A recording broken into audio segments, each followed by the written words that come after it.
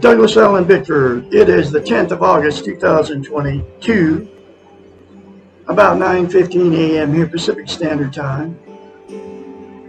Broadcasting live out of my 105-year-old house here in my hometown of Klamath Falls, Oregon. I am a self-taught psychiatrist, therapist, and counselor. I have thousands of hours underneath my belt studying the science of the mind. I do not have a formal degree, sitting in all the classes for 10 years, taking all the other stuff that you have to get to take to be a psychiatrist. But I have all the study of how the mind works.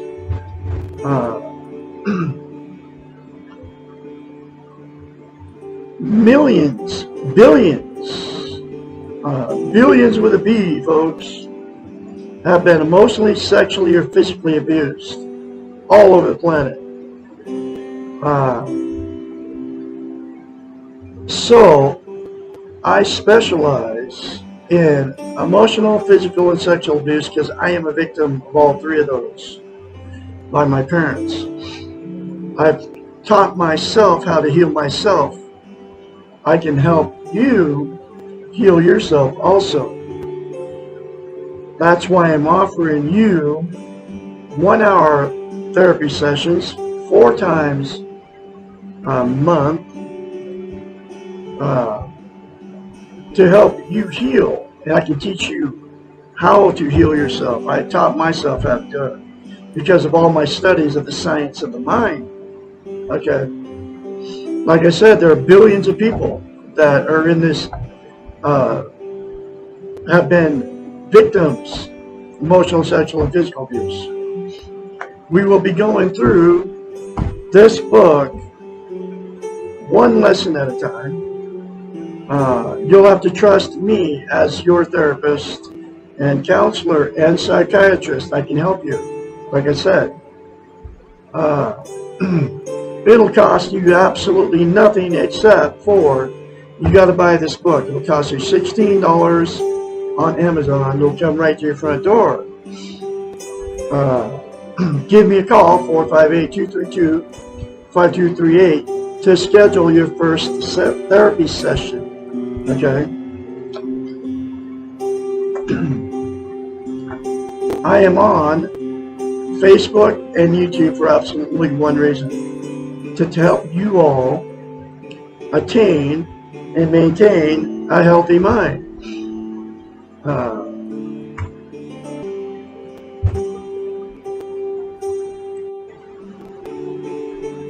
We can't attain and get a healthy mind until we attain and maintain a thing called self-esteem.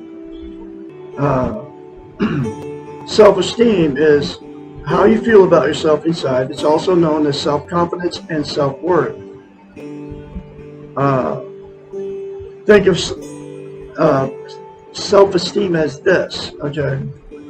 We've all been in romantic relationships. You know, when you first meet that person, you have that good feeling towards that other person.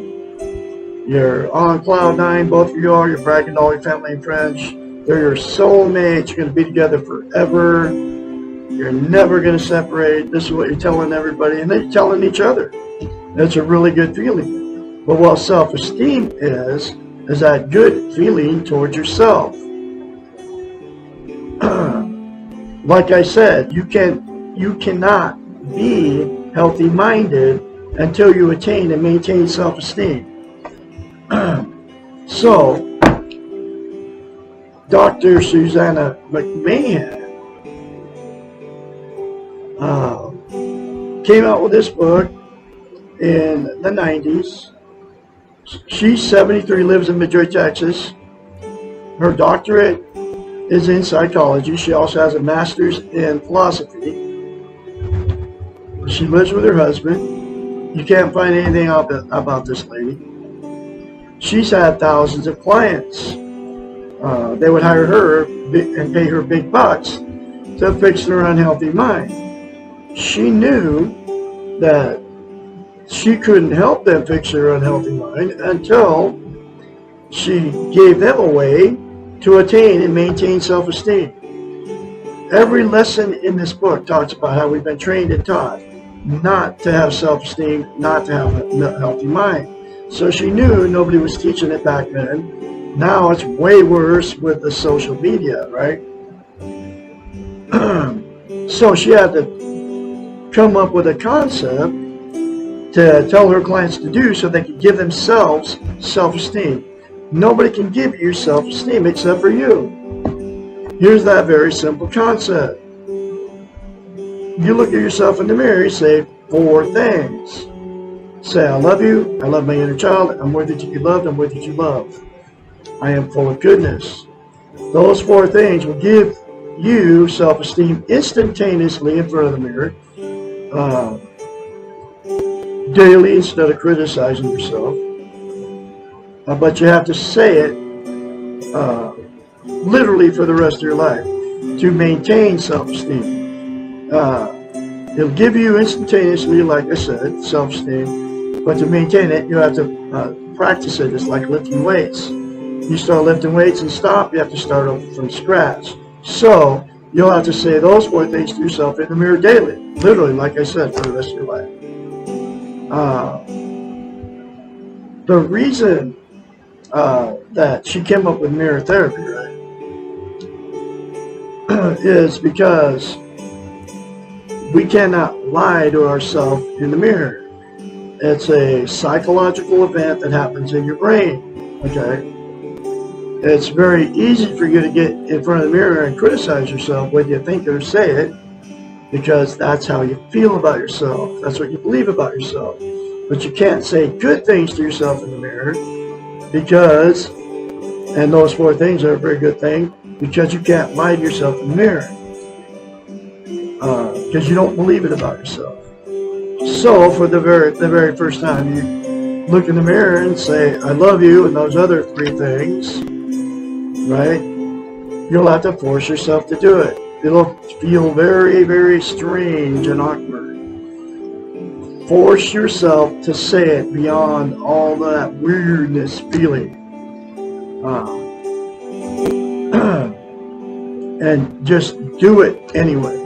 And then the more you say it, the more you feel it, and the more you believe it.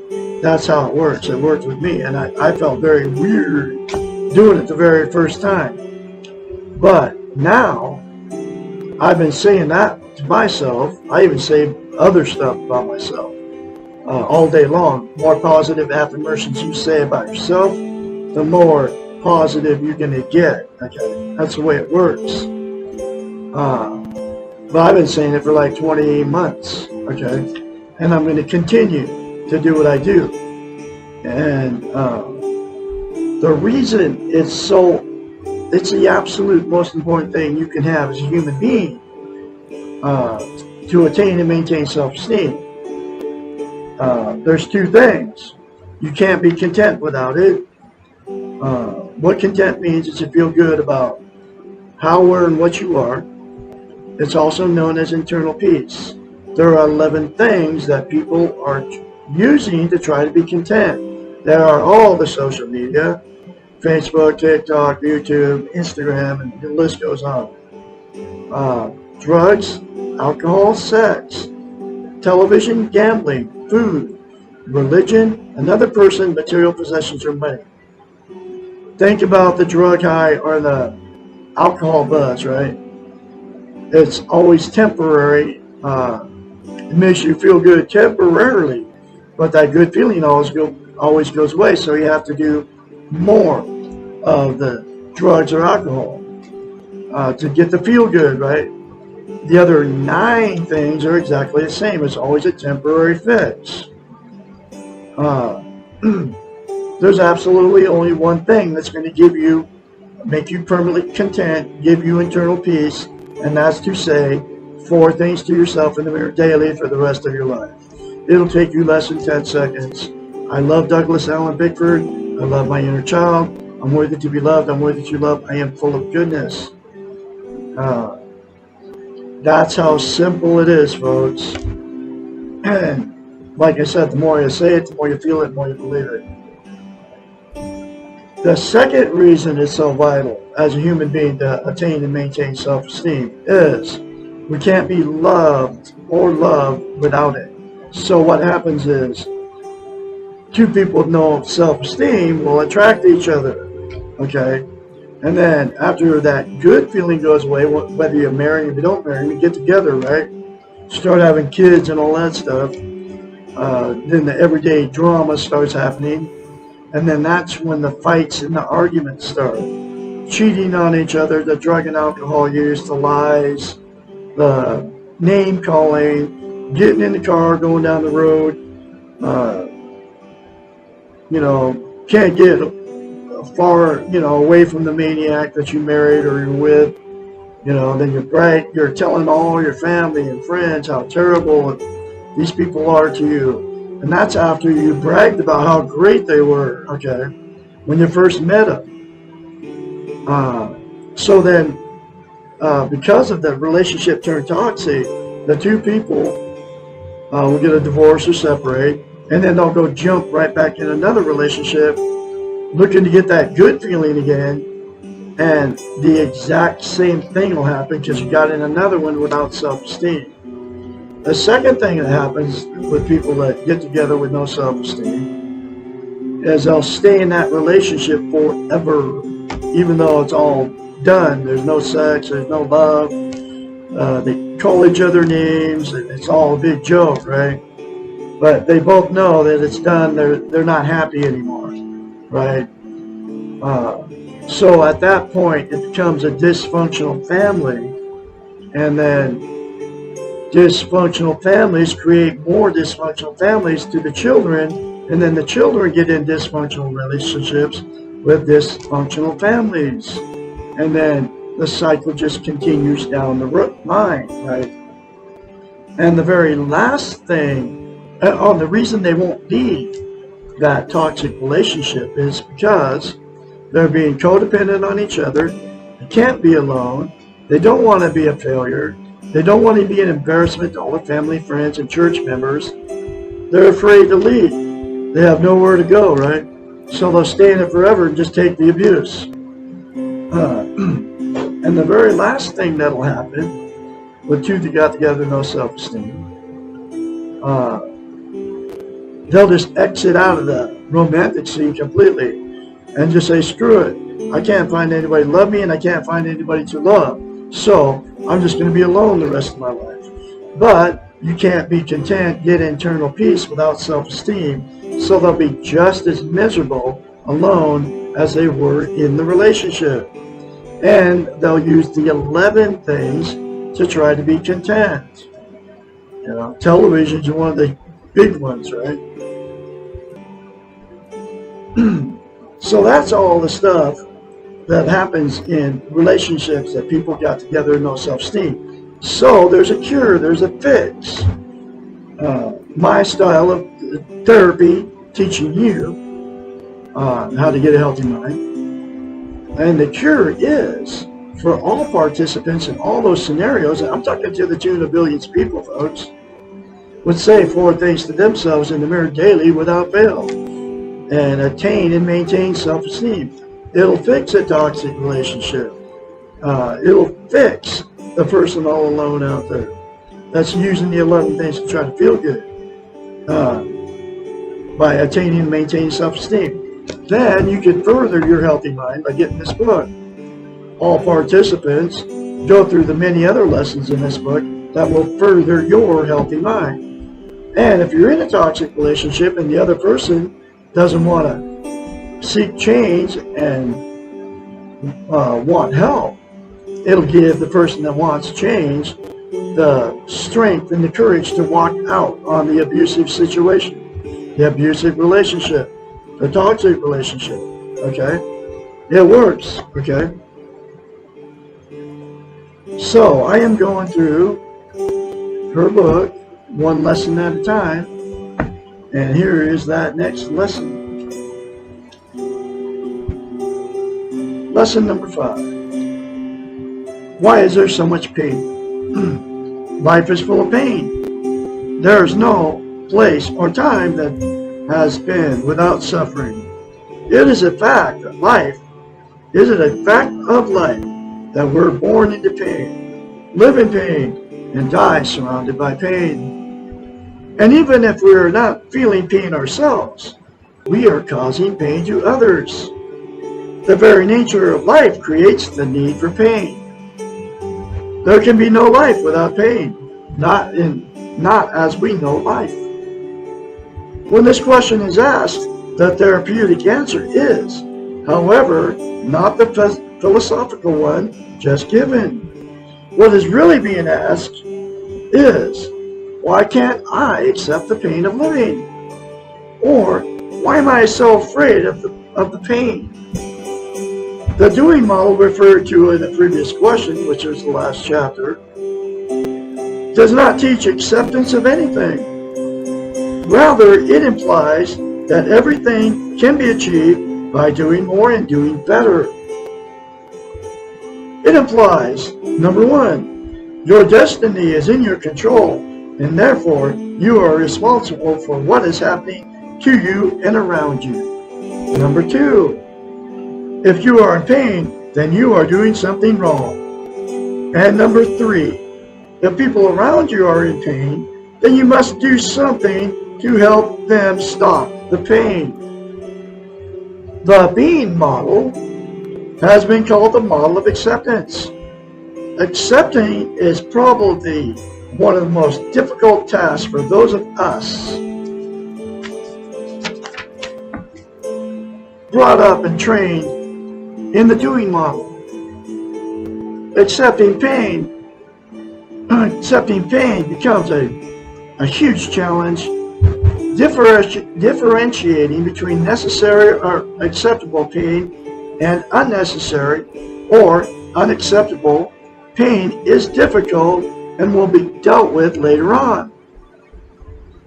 Paradoxically, as soon as we can accept the fact that we cause pain, advertently or inadvertently, then we cause less unnecessary pain. I had to accept all this. This is what getting a healthy mind will do for you, okay? As soon as we can accept that we cannot change the pain of the world, which we can't, our pain is lessened. To accept the pain, knowing that you cannot and will not change it, and still do the best you can, is a task of a hero. To do the best you can for yourself, for the moment, while simultaneously knowing and feeling pain without becoming cynical, helpless, or paralyzed by the fear of pain is also the task of the hero. But to put your shoulders back, this is exactly what I've done. In fact, I said it to myself this morning. To put your shoulders back, your eyes up, and to march into a world full of pain without understanding it or needing to explain or justify your innocence is a superheroic task. To be a hero requires self-esteem and social interest. To have these, one must be able to accept the reality that life involves pain. And those four things to yourself in the mirror will give you self-esteem on steroids if you do it and you keep doing it for the rest of your life, folks. Guaranteed. Like I said, I can be your psychiatrist, therapist, and counselor. I can help you that have been emotionally and physically, sexually abused to the tune of billions of us. So more than likely, if you're watching me, it's happened to you too. Okay. Call me 458-232-5238. There are billions of people all over Facebook, all over the planet that have been emotionally, sexually, and physically abused. I can help because I am a victim. I've learned how to heal myself. I can help you heal yourself too. Have a great day out there.